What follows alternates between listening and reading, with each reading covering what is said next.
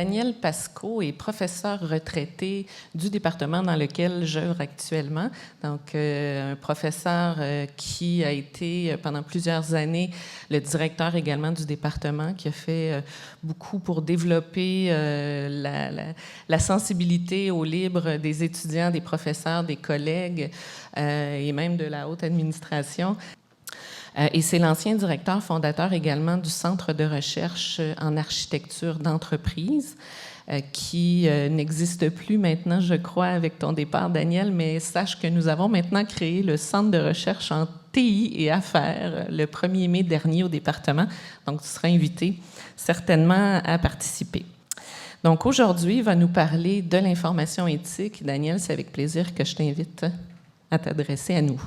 Je remercie en entrée, vous voyez, mes petits copains de Linux, parce que la réflexion que je vais vous faire, elle est basée sur une expérience pratique.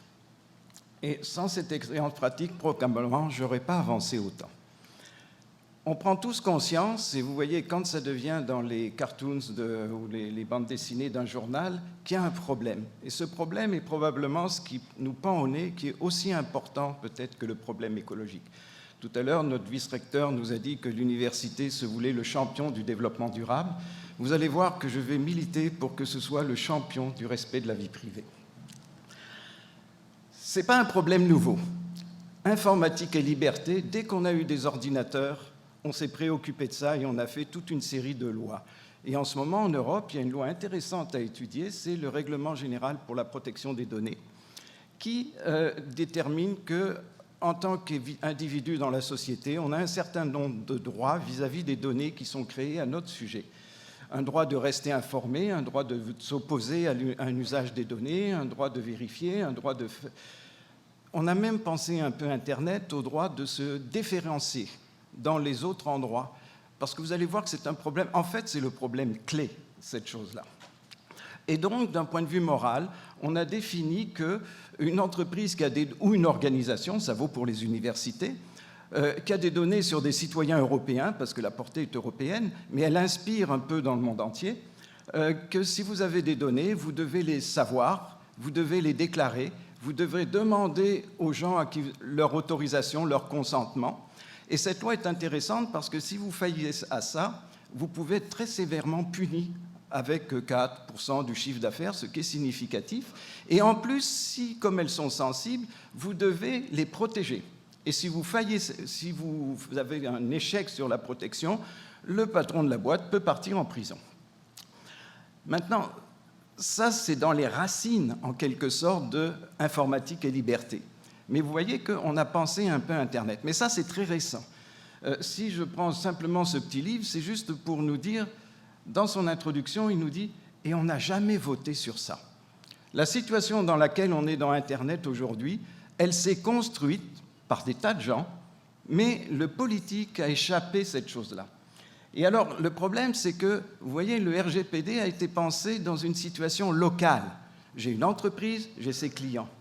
Mais avec Internet, c'est global. Et c'est là le problème fondamental. Et alors là, on a des alerteurs, parce que ça s'est passé derrière nous, on ne savait pas. Et donc, si vous ne connaissez pas Snowden, il va falloir que vous vous réveillez. Et en fait, il nous a fait ça, pourquoi?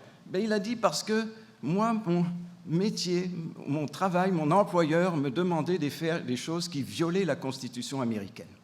Et ça, je ne supporte pas ça. Et donc, il nous a dit, ce qui est en train de se passer, il faut que vous le sachiez. Et pourquoi? Parce que ce qui est en train de se passer comme un attentat, en quelque sorte, à votre vie privée, c'est vous priver de liberté. Je ne vais pas détailler tout ça, mais ça se fait assez bien. Si vous ne pensez que vous n'avez rien à cacher, il va falloir que vous réfléchissiez un petit peu, et je vous conseille d'aller voir un des liens. Incidemment, j'ai écrit mon texte. Je ne fais pas ça souvent, aussi, Josiane le sait, mais je l'ai écrit longuement. Ça m'a pris 2 ou 3 mois à l'écrire, et en plus, c'était le fun, parce que je n'avais pas d'objectif de publication scientifique, donc je pouvais me lâcher loose. Donc, le texte est disponible, et il a été beaucoup travaillé. Et est-ce que vous savez ce qui se passe en Chine? Eh bien, 1984, c'est pour aujourd'hui. Le crédit social, c'est Crédit Social qui a été mis en place en Chine. En Chine, vous pouvez aller acheter un billet de train, puis on vous dit non, votre crédit social n'est pas bon, tu ne prendras pas le train. Je n'ai pas mis beaucoup de liens ici parce que c'est pour ne pas surcharger, mais mon papier, il y a suffisamment de liens, quelques-uns même scientifiques. Cambridge Analytica, vous avez entendu parler? Savez-vous vraiment ce qui s'est passé? Alors c'est très intéressant parce que là, on est dans un domaine où, si je ne comprends pas un minimum la technologie qui se trouve derrière, si je ne comprends pas un minimum Internet, alors je ne pourrai pas vraiment comprendre ce qui se passe et je ne pourrai pas réagir face à ça. J'ai essayé, en fait, pourquoi je remerciais mes gens de Linux, c'est que, arrivant à la retraite, je me suis dit, je vais prendre mon problème en main moi-même. Donc, je vais essayer de protéger ma vie sur Internet. Et pour ça, il a fallu que je reconstruise les services que j'utilisais les uns après les autres. J'ai fait mon propre serveur sur un petit Raspberry à la maison. Donc, ça m'a obligé de rentrer dans Internet. Et j'ai découvert quelque chose, je ne sais pas si ça fera plaisir à Josiane, mais j'étais illettré en ce qui concerne Internet. Je ne savais pas comment ça marchait. Et j'étais prof en système d'information. C'est assez grave. Donc, vous pouvez aller le voir. Je vais décortiquer très rapidement. Voir. J'ai mis ici un lien. C'est passionnant. Allez regarder ça. C'est un reportage d'Arte pour comprendre qu'est-ce qui s'est passé derrière Cambridge Analytica. Il y a aussi des publications, mais lui est facile à suivre. Il n'est plus sur Arte, mais moi j'ai triché. Vous allez sur archive.org, puis vous pourrez le trouver. Donc, qu'est-ce qui s'est passé? Cambridge Analytica, c'est quoi? C'est une filiale d'une compagnie anglaise. Et quel est le rôle que fait cette compagnie anglaise? C'est un spécialiste de la manipulation psychologique des foules dont les clients sont les États. C'est intéressant. Cambridge Analytica est créé à l'intérieur de ça pour, évidemment, satisfaire cet objectif. Et savez-vous qui, par des Américains, et qui est le président de Cambridge Analytica? Vous ne le savez peut-être pas, mais vous connaissez son nom. Il s'appelle Steve Bannon. Derrière Steve Bannon, il y a un riche Américain qui a réussi à faire en sorte en 2010 qu'on n'ait plus de plafond au support privé dans les campagnes politiques aux États-Unis. Et alors, qu'est-ce qu'a fait ce Cambridge Analytica? Ils sont allés chercher des données sur 230 millions d'adultes américains, beaucoup de données, 5000 éléments de données. Où ils les ont trouvés, ils les ont achetés. Des fois un peu pillés, des fois achetés. Et ils ont couplé ça au profil psychologique de ces gens-là. Comment est-ce qu'on fait un profil psychologique? Eh bien, je vais voir un de nos collègues, j'exagère un peu là, il est prof en administration à Stanford, Michal Kosinski, et il travaille sur les questionnaires de personnalité. Il a développé une démarche dans quelque chose qu'on appelle Océan, ouverture, conscience, etc. Et il a, en s'arrangeant légalement avec Facebook, pu passer son test à 6 millions de personnes. Vous vous rendez compte, un chercheur qui a une banque de données de 6 millions de personnes sur les tests psychologiques, c'est vachement bon. Et qu'est-ce que c'est son test? C'est tout simplement de dire quel acteur aimeriez-vous, quel personnage aimeriez-vous, etc. Et à partir de là, il a une idée. Qu'est-ce qu'on peut apprendre avec les likes? Vous savez, les petits pouces là sur lesquels il y a des gens qui cliquent et qui sont contents de cliquer dessus? Eh bien, il s'est aperçu qu'avec 10 likes, il pouvait reconstituer un profil psychologique à peu près aussi bon que celui que fait une vague connaissance de nous. Avec 100, il fait aussi bien que nos collègues et les membres de la famille. Et avec 230, il fait mieux que le conjoint. Parce qu'on dit à Internet des choses qu'on ne dit pas à notre conjoint. Alors, qu'est-ce qu'a fait Cambridge Analytica? Ils sont allés chercher toutes ces données. Avec ça, on est capable de savoir qui vote où, à quel moment, c'est l'enfance de l'art de ce côté-là. Et donc, à partir de là, ils se sont dit, parce que ce n'est pas la peine d'aller tripoter la tête de tout le monde à la fois. Il faut aller voir ceux qui sont capables, qu'on peut faire changer d'avis. Et en faisant ça, ils sont allés voir 3 États, ils ont trouvé 3 États, le Wisconsin, etc. Et d'ailleurs, les journalistes se demandaient pourquoi Trump il va bien là-dedans, c'est pas la peine, c'est pas là qu'il va gagner ses voix. Eh bien, c'est là qu'il a gagné ses voix. Pourquoi? Parce qu'on a couplé le profil psychologique de ces gens-là et on a pu, via Facebook, alors en plus, dans Facebook, où est-ce que j'ai? Ah non, j'ai enlevé mais j'ai sauté des diapos, j'en avais trop. Donc, ce qu'ils ont fait, c'est qu'ils ont passé le test à 300 000 personnes. Et là où est le scandale, c'est qu'ils en ont profité pour aller chercher les amis de ces 300 000 personnes. Ils en ont récupéré 87 millions. Ça faisait une bonne base. Et à partir de là, qu'est-ce qu'ils ont fait? C'est qu'ils ont pu sélectionner les gens et ils ont créé des espèces de sites bidons sur Facebook qui envoyaient pendant quelques instants un message aux gens qu'ils avaient pointés dans ces endroits-là. Un message du style « Et sais-tu que Hillary Clinton, elle veut te piquer ton flingue ?» Alors c'est sûr, si vous allez vous dire sur des gens, ça peut pas... Et le résultat, vous le voyez ici, c'est que le vote a basculé. Donc qu'est-ce qu'on peut retenir de ce scandale? Il y a des données qui existent à travers Internet qui sont accessibles à n'importe qui sait capable de le faire. Les algorithmes qu'on a développés là-dessus sont vachement puissants. Mais on va voir, j'insisterai un peu un moment, intelligence artificielle et Internet, ce sont deux choses qui s'appuient l'un sur l'autre, mais ce n'est pas forcément la même chose. L'algorithme, c'est autre chose. Pas de hasard. Si on manipule, c'est qu'il y a quelqu'un qui veut manipuler, soit pour des raisons politiques, soit pour des raisons économiques. Il y a de multiples intervenants. Ce n'est pas tout illégal ce qui s'est passé, mais c'est borderline. Et alors, Facebook est coupable. Mais qui est le vrai coupable? Est-ce que ceux qui ont créé Cambridge Analytica? Est-ce que c'est Facebook?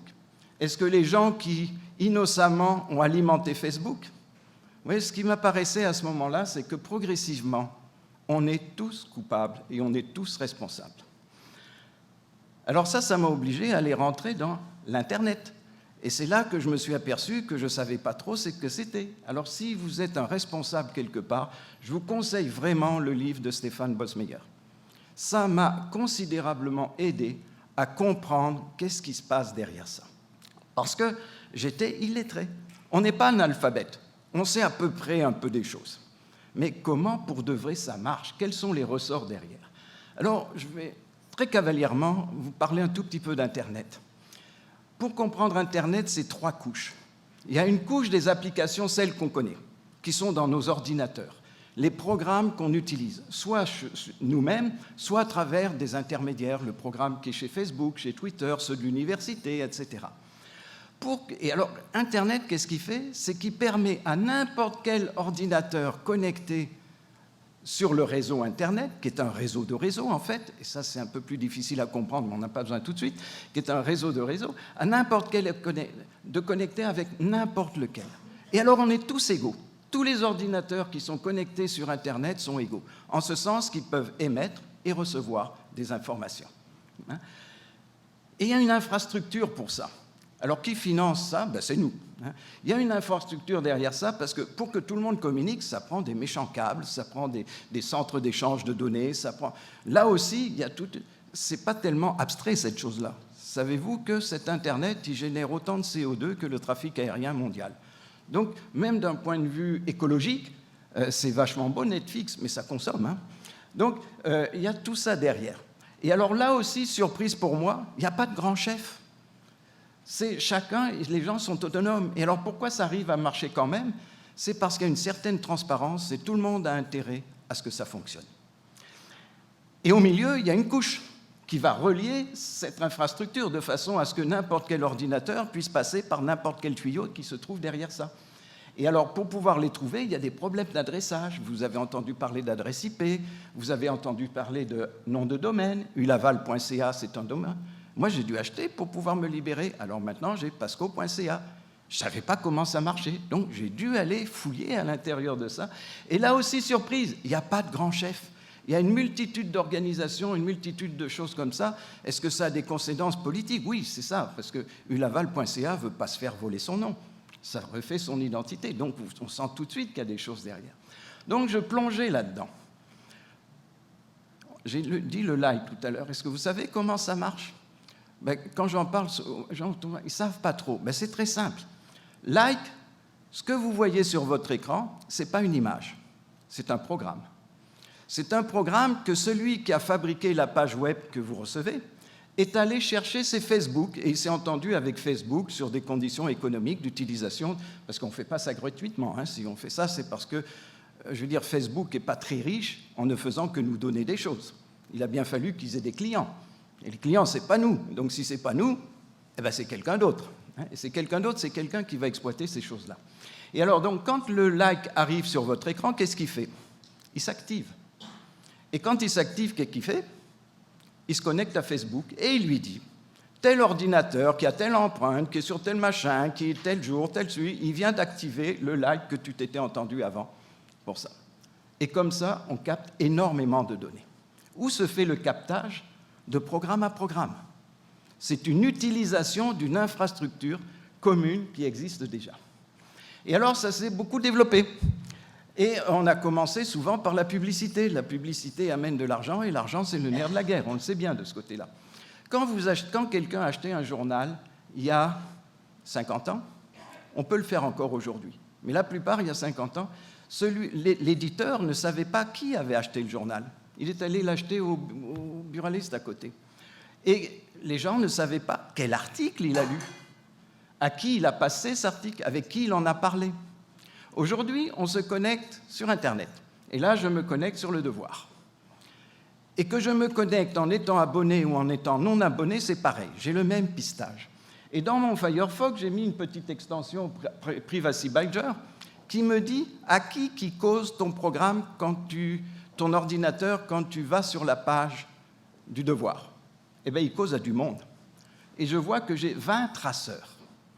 Il y a 20 morceaux de programme qui viennent de s'activer pour faire comme fait le like de Facebook. Vous vous rendez compte? Le captage. Et à qui ça va? Je ne sais pas. Je ne sais pas. Mais ça va à quelqu'un.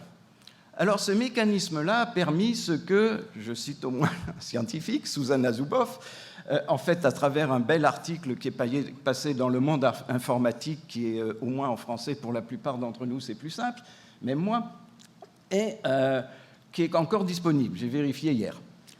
Et qu'est-ce qu'elle nous dit? C'est vraiment intéressant. L'article est intéressant, mais elle nous rappelle dès le début de l'article qu'en 2003, il y a 3 ingénieurs de Google qui ont déposé un brevet qui dit que générer des informations utilisateurs à des fins publicité ciblées, et le but, c'est d'établir des informations de profil d'utilisateurs et à utiliser ces dernières pour la diffusion d'annonces publicitaires. Ce n'est pas caché, hein, c'est un brevet. Donc, en fait, c'est le moteur qui a créé ça. Alors, évidemment, Google est devenu le champion. Hein, et il y a une multitude de services de Google qui sont offerts, et chacun capte des données. Un remarquable, souvent les gens ne sont pas conscients, c'est Google Search. Avec ça, Google sait tout ce qui vous intéresse. C'est le fun, hein? Et c'est pour ça que Google lui dit « Oh, moi, j'aime bien Google Search parce qu'il répond ce que je veux. » Ben oui, il répond ce que vous voulez. C'est fait pour, hein? Parce que ça va améliorer l'efficacité publicitaire de Google Search quand il va le faire. Il y a des conséquences. Donc, en fait, ce qui s'est passé là, c'est que vous êtes devenu le produit de cette industrie-là. Hein? Puisque ce n'est pas vous qui payez quand vous utilisez un service gratuit. Alors, qui paye? Ben, c'est ceux qui vont exploiter les données que vous leur avez généreusement confiées. Et il s'est construit une énorme industrie autour de ça. Je ne vais pas passer, mais s'il y a des gens qui veulent le savoir, vous pouvez aller le voir. C'est les gens de Cambridge Analytica, ils savaient très bien, c'est là qu'ils sont servis. Donc, qu'est-ce qui nous menace par rapport à ça dans Internet? Il y a 3 niveaux possibles. Hein? Le programme, l'infrastructure ou les protocoles. Ben, ce n'est pas vraiment les protocoles. Les protocoles qui ont servi à Facebook et à Google de nous dominer sont les mêmes que ceux qu'on peut utiliser pour s'en sortir. Donc, ce n'est pas vraiment cette couche intermédiaire qui est problème. Même si on l'utilise un peu bêtement, comme fait le gouvernement français en ce moment, ça, c'est un autre problème. Donc, c'est le réseau. Le réseau, il y a les métadonnées. Ça, je ne vais pas rentrer là-dedans dans les métadonnées parce que je ne peux pas y faire grand-chose, c'est vraiment un problème politique. Mais maintenant, il y a les programmes. Donc, c'est au niveau des programmes que je peux jouer. Hein? Et alors là, c'est là qu'arrive le logiciel libre.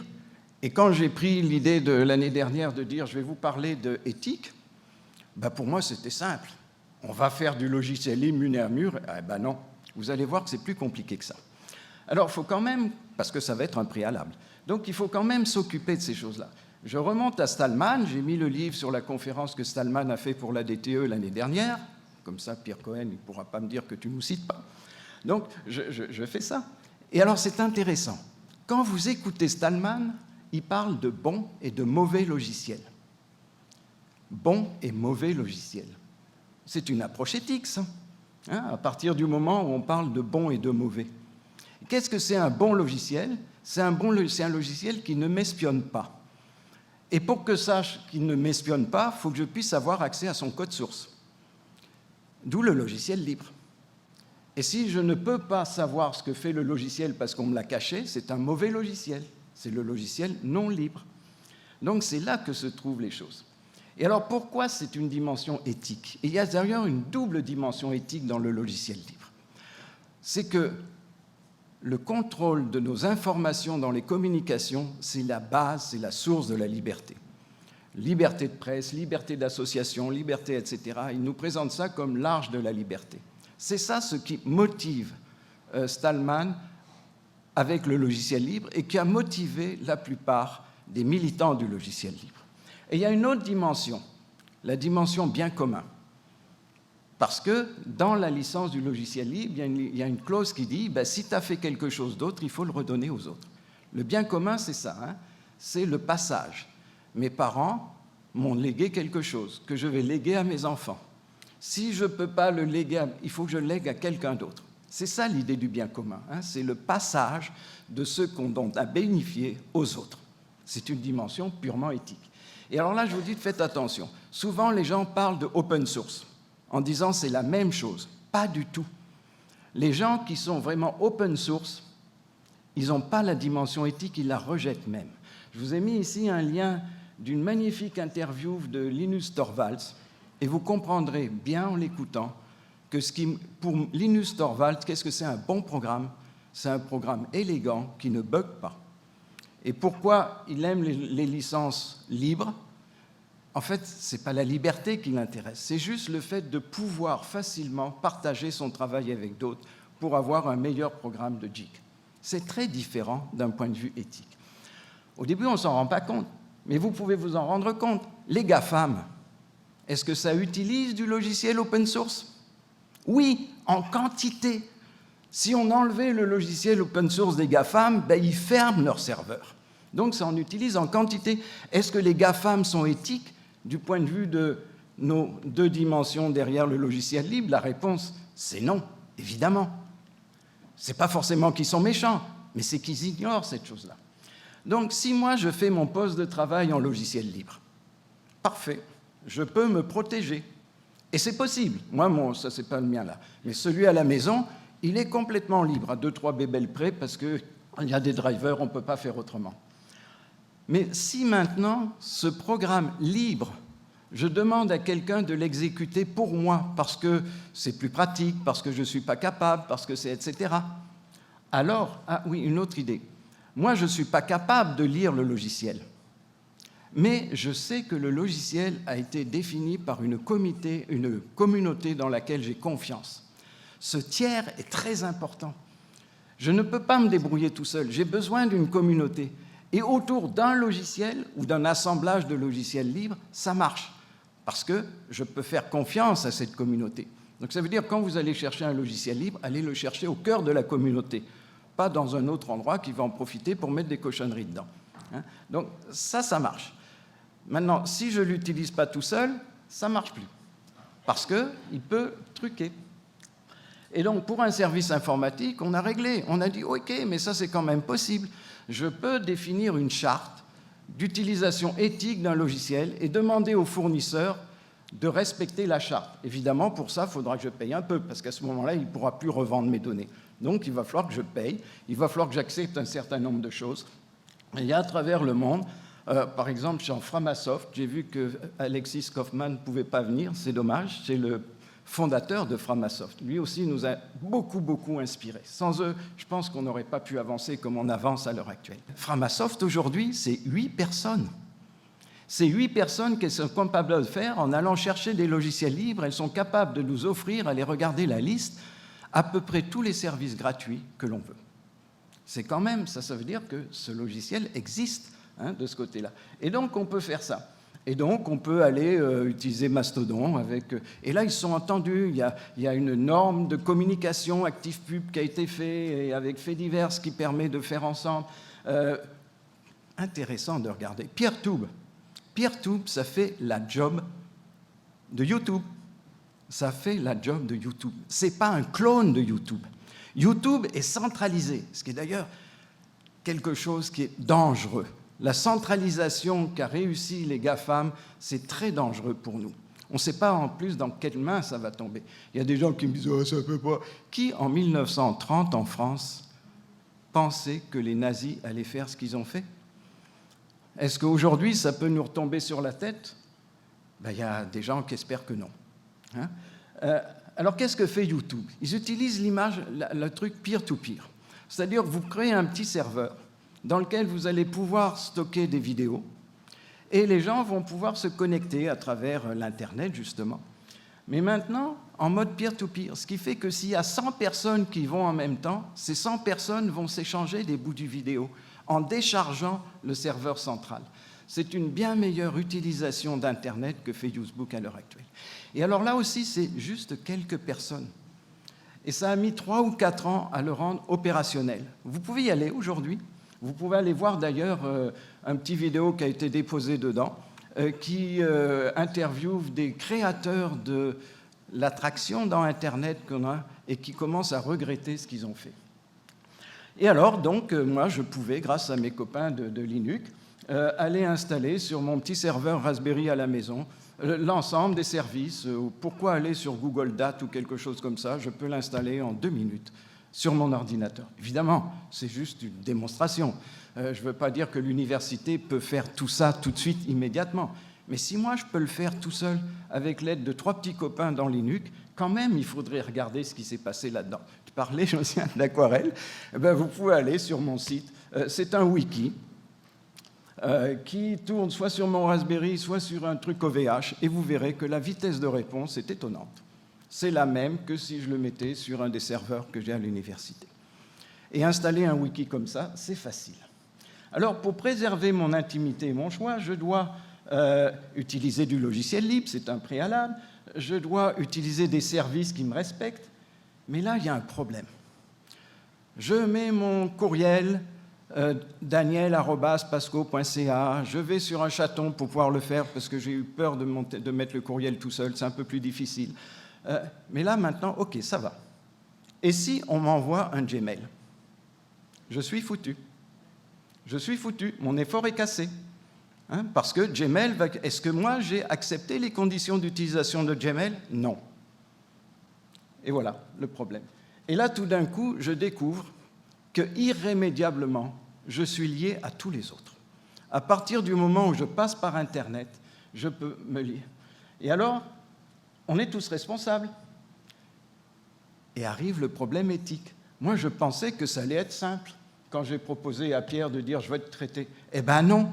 Donc, au mois de janvier, l'angoisse. Comment je vais... C'est même un peu avant. Et donc là, je plonge dans l'éthique. Et là, je ne comprends plus rien. Parce que ce n'est pas forcément facile. Je me pose des questions. Je ne peux pas me séparer des autres. Qu'est-ce que je vais faire? Est-ce qu'il faut attendre qu'un gouvernement impose ça à tout le monde? Est-ce qu'on dit tant pis, c'est foutu, la vie privée, c'est comme en Chine, on est foutu, etc. Alors je plonge sur l'éthique. Et je vais voir ma collègue Anne Chartier, puis je dis, c'est quoi qu'on donne dans le cours d'éthique? Je vais regarder ce qu'on utilise dans notre domaine. Il y a un livre qui fait à peu près référence. Je prends le livre et je le lis. Ça, c'est pas très compliqué. Les philosophes, c'est plus difficile à lire, mais ces choses-là, c'est pas trop compliqué.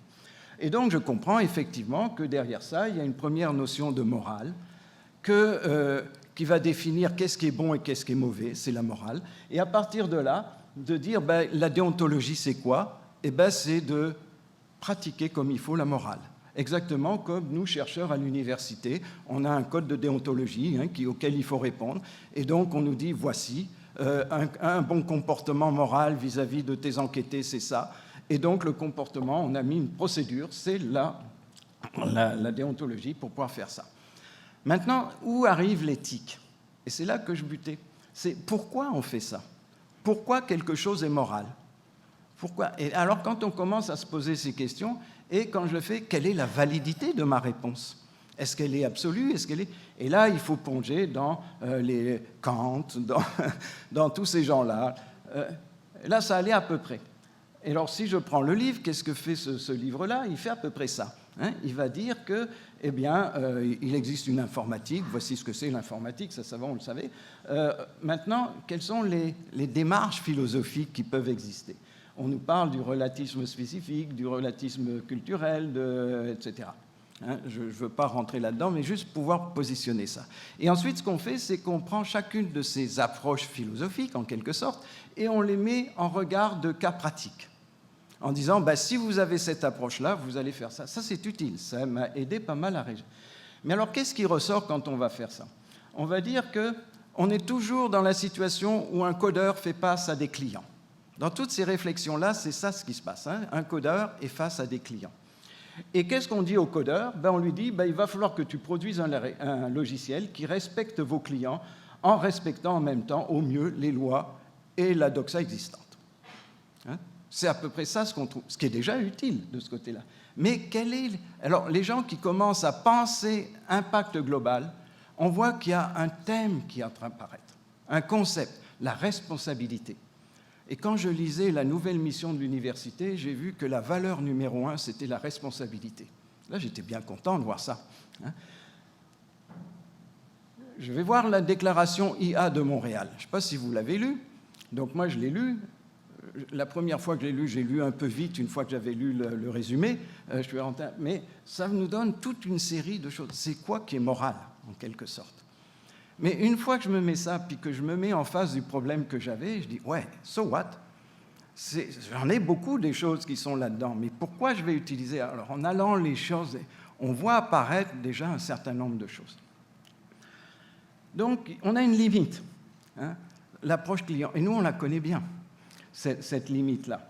Par exemple, un des gens qui m'a inspiré beaucoup, Benjamin Bayard, il citait une conférence dans laquelle il disait « Oh, j'ai vu un médecin qui venait dire « On a construit un beau système pour aider les infirmières à bien soigner les patients. » Mais malheureusement, il y a un cadre qui a dit « Oh, avec ça, je peux connaître les infirmières, je peux contrôler les infirmières. » Et il a dessus construit, fait dériver le système pour faire un système de contrôle. Ça existe même dans l'université, ça. Donc, et qu'est-ce qu'a été le résultat? À l'inverse. On a moins soigné les patients, mais on a contrôlé et oppressé les infirmières, au nom du contrôle de la qualité. Moi, des fois, je disais à mes étudiants, allez donc lire La revanche du rameur du docteur Dominique Panier, je crois qu'il s'appelle. Vous allez être éduqués, vous comprendrez les ravages que peut faire l'approche contrôle de qualité dans nos organisations. Alors, prenons un logiciel d'intelligence artificielle. Et on a une équipe qui travaille sur faire du code pour pouvoir contrôler un robot qui va récupérer des gens dans un séisme, avec un tremblement de terre, par exemple. Mais on peut utiliser le même code pour faire un robot tueur. Il y a un problème. C'était qui le client au départ? Donc, vous voyez, j'arrive à un truc, qui est le client? Et on peut multiplier les exemples de cette manière-là. Et là, heureusement, j'étais en France pour échapper à l'hiver en Provence et il faisait beau. J'achète le numéro spécial de Philosophie Magazine qui est consacré à Emmanuel Lévinas et tout d'un coup, j'ai eu un éclairage.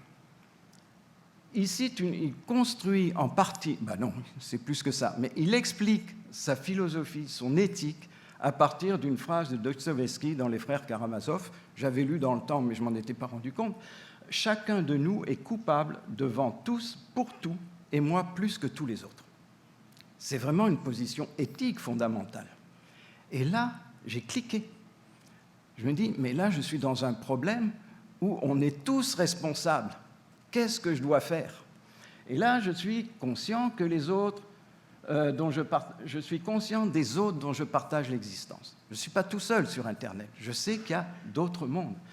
Chacun, en commençant par moi, a la responsabilité de bien se comporter. Chacun, en commençant. Ça, c'est mon interprétation. Je suis allé lire. Je vous dis, au début, je n'ai rien compris. Aller lire Lévinas, c'est spécial. J'ai presque fini, merci. Aller lire Lévinas, c'est assez spécial. Donc, j'avais toute une série de choses comme ça. Je saute sur Lévinas, oui, et donc, en raison de cette éthique, chaque fois qu'un autre est impliqué, je suis responsable pour les autres. Et pire que ça, je suis responsable sans les entendre. Je donc dois avoir un comportement exemplaire en ce qui concerne la vie privée. et au minimum en utilisant un logiciel libre, puisque c'est... Et là, je me pose la question. Et donc, bon, pour préliminer, et juste un parallèle, j'ai déjà fait un peu, c'est les deux grands murs qu'on fasse en termes de civilisation maintenant, c'est probablement l'écologie et le contrôle social de nos vies. Et là, je vais voir l'université. Et je pose l'université doit-elle être exemplaire en ce qui concerne le respect de la vie privée numérique de ses étudiantes, employés, partenaires et du public? Et la réponse est difficilement non. La réponse va être oui. Alors, si c'est ça, il va falloir faire des efforts. Quand je regarde les critères qui ont été utilisés jusqu'ici pour faire choisir, je vois des tas de critères, je les comprends, mais jamais, quand j'étais dans l'université, j'ai vu apparaître le critère éthique. Mais quand je vais maintenant regarder la mission de l'université qui a été révisée en 2018, je ne le savais pas, mais du coup, je suis retourné aller la voir, eh bien, on commence à dire qu'on est responsable sur l'écologie. Et là, je me dis, pourquoi ne serait-on pas aussi responsable sur l'informatique? Alors, je regarde la situation actuelle. C'est sûr qu'au départ, ça a l'air immense et très compliqué. Mais finalement, ça n'est pas tant que ça. Parce qu'il y a des bonnes choses. Il suffit que j'aille lire les conditions d'utilisation de ulaval.ca, qui, je pense, est toujours sur du logiciel libre de toute façon. C'est bien fait.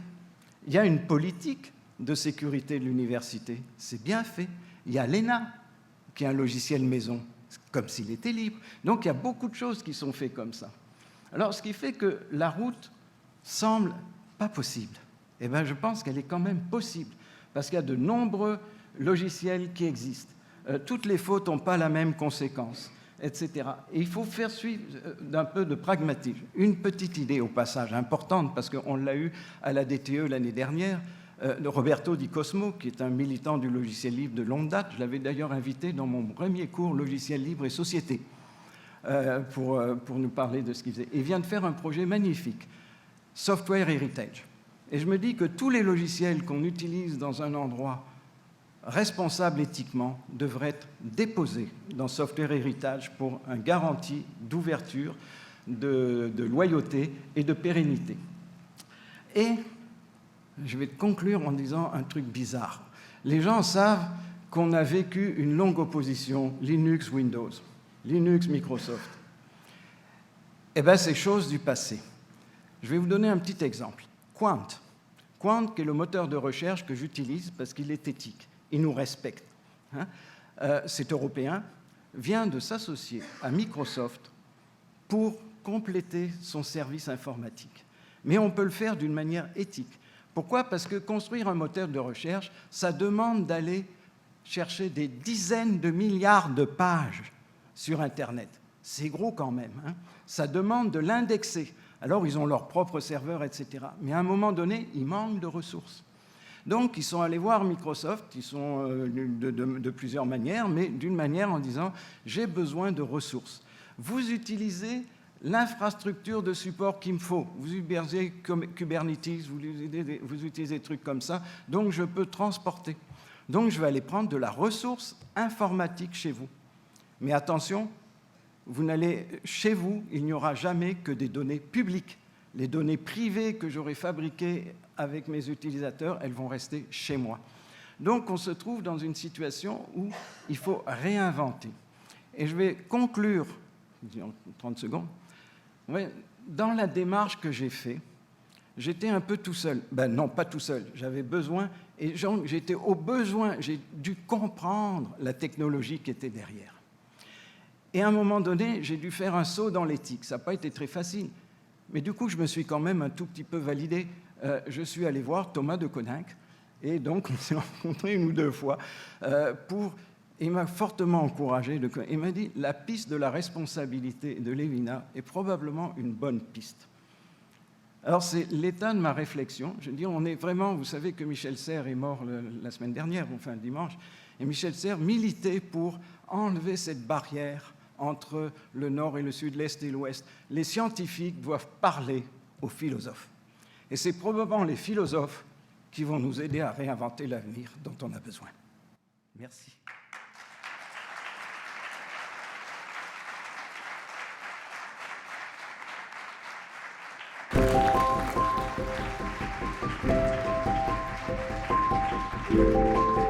Merci.